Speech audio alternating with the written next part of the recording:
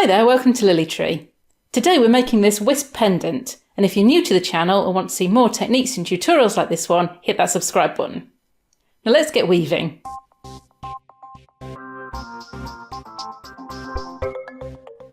This particular pendant uses an 8mm bead.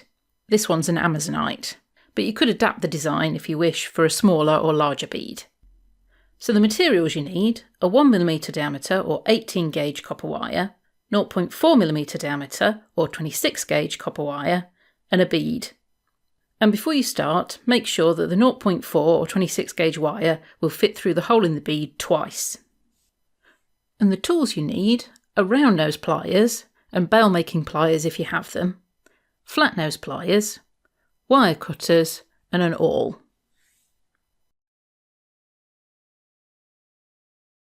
I'm designing this piece as I go, so I'm starting with what I think will be more than enough wire.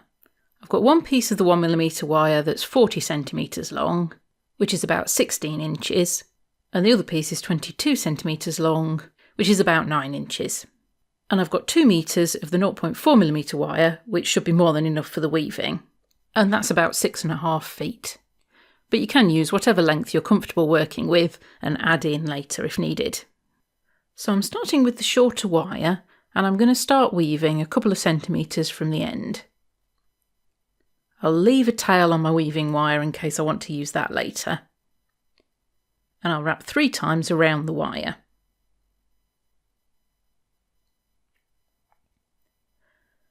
I then want to add my longer wire in so that I'm starting from about the middle of that wire and the 2 ends are level. And I'm just going to wrap twice over both wires. Then I'll come through between the 2 wires and wrap that shorter bottom wire twice. I'll then wrap both wires twice again,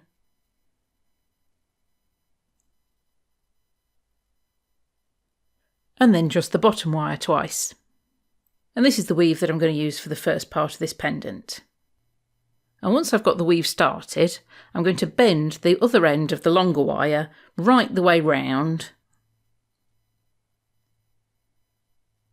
and over the top of that weave. And I'll just squeeze that gently with my flat nose pliers to tighten it up. This is the section that's going to be wrapping around the bead. I just want to continue that 2-2 weave that I started a little bit further. And then I can curve those wires around, and the bail making pliers are really useful for this. I can use the 8mm step on my pliers to match the bead. And then I'm going to swap these frame wires around. So I'll just move that back one out of the way and bend the spare wire around to meet that other wire.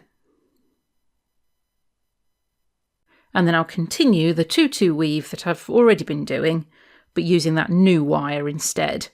So the single wraps will be on the original wire, and the double wraps will include that new wire. And I'll continue that weave until we're halfway round the bead. Then I can thread the bead onto the weaving wire.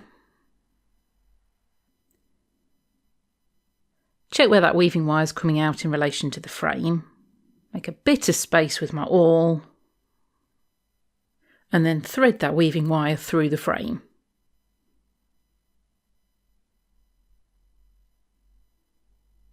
I'm going to take it around the frame and then back through the bead. And pull tightly to secure. And then carry on that 2-2 weave to hold everything in place. Now I want to use the bare wire to hang the pendant from. So I'm just going to angle it out a little bit further.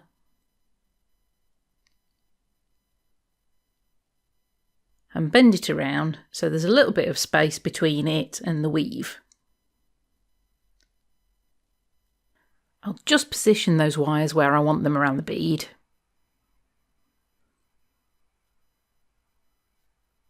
And I think that's about how I want them.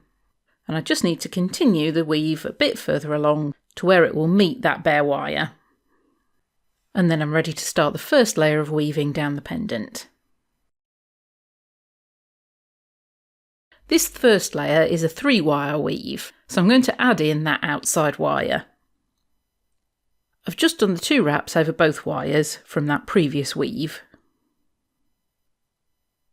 Then I'll take the weaving wire through between them, but then instead of taking it down and wrapping over the single wire, I'm going to take it up over the top 2 wires, including that new wire,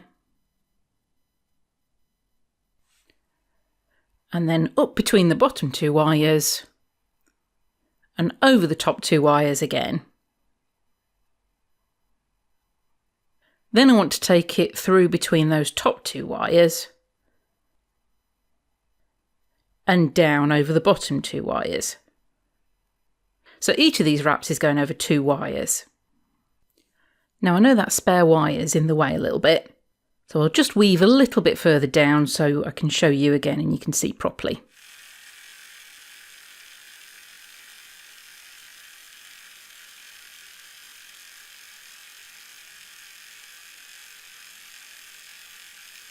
So as you can see, I've got 2 wraps over the bottom 2 wires. I'll go through between them and take 2 wraps over the top 2 wires.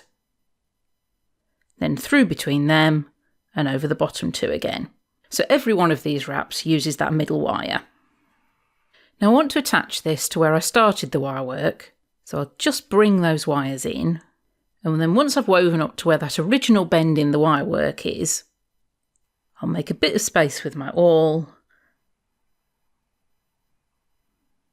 and thread my weaving wire through. I can then take it back and continue that 2-2 weave on the 3 wires.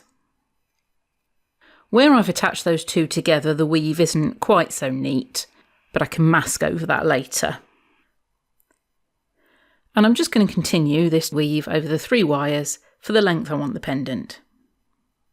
Now you might find with this weave that it forces that middle wire outwards towards the back, so the 3 wires are sitting in a bit of a triangle. But all you need to do is clamp gently with your flat nose pliers on the weave as you go along, and that'll flatten it back down and settle the wires.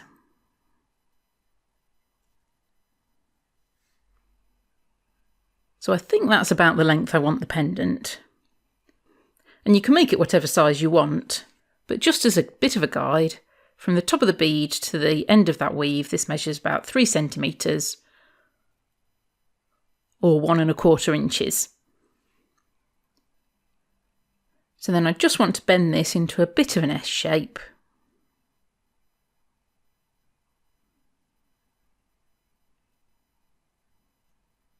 And then I'm ready to turn those wires and start the second layer. To start the second layer, I need to bend these wires so they're heading back up the pendant. And at this point I'm going to separate them again. So I'll bend that outside wire around and underneath the weave. And I can use my round nose pliers to tighten up that curve a bit. Then the next wire I'll bend and take over the weave.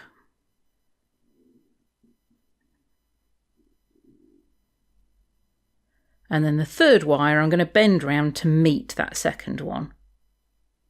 And I'll be weaving those top 2 wires again, so I need them parallel. Then I can take my weaving wire through.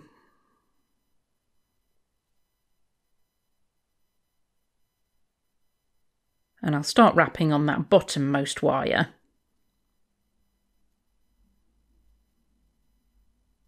I want to show a bit more bare wire on this weave, so I'll try wrapping that bottom wire 5 times. And then both wires twice.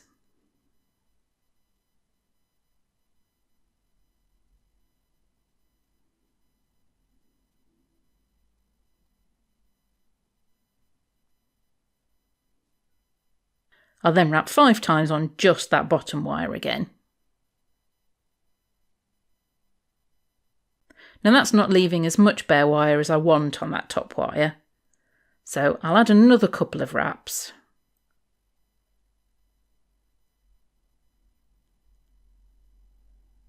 And then wrap both wires twice.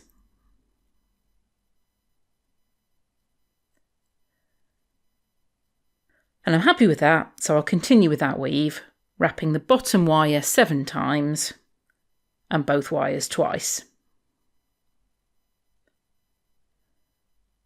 But before I get too carried away, I'll move those 2 wires where I want them on the pendant.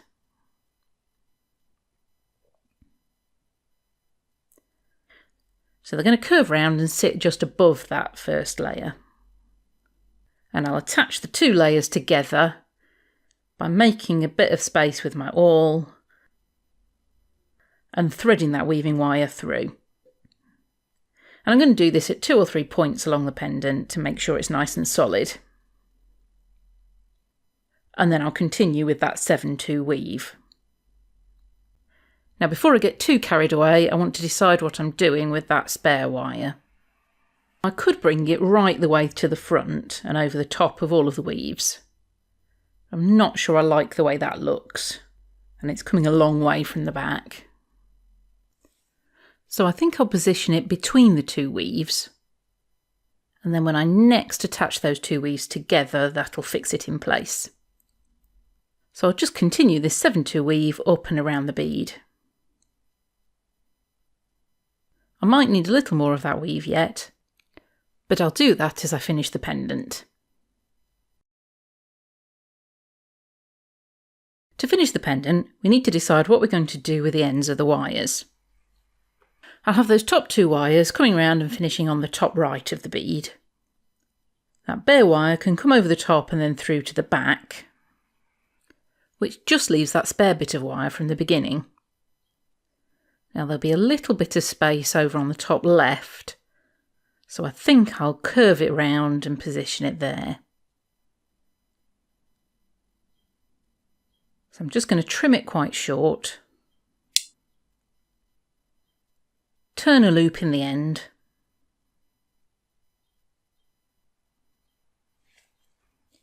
and then I can use that spare weaving wire from the start to carefully coil around that wire, attach it to the weave at the back by taking that wire to the back and then through the weave, and then coiling another couple of times to secure. I'll then take that weaving wire to the back and trim the end. Now I think I'll take that bare wire through the space that I left at the beginning. So I'll take it over the top of that 2 wire weave and gently thread it through. And I just want to get it into position at this stage.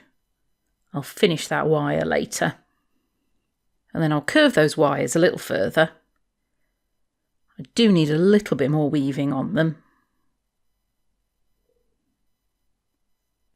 And then I'll fix that to the back again by taking that weaving wire through the back weave, back again, and then wrapping a couple more times on the front. The outside wire is going to extend a little bit further than that inside wire, so I'll put a few more wraps on that. And then I'll turn a loop on that inside wire, trim it, and tighten that loop up. And I can fix that outside wire again to the back by threading the wire through in the same way as I've done before.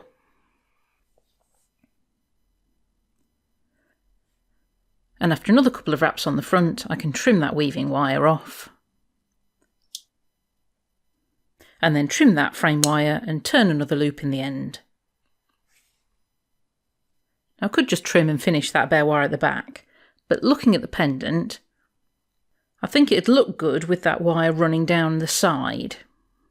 So I'll bend it to head in the right direction, gently squeeze it to the weave with my flat nose pliers, and then I can take it down the side of the pendant. Yeah, I quite like the look of that. So to secure it in place, I'll open up that top loop a little bit with my awl and thread the end through.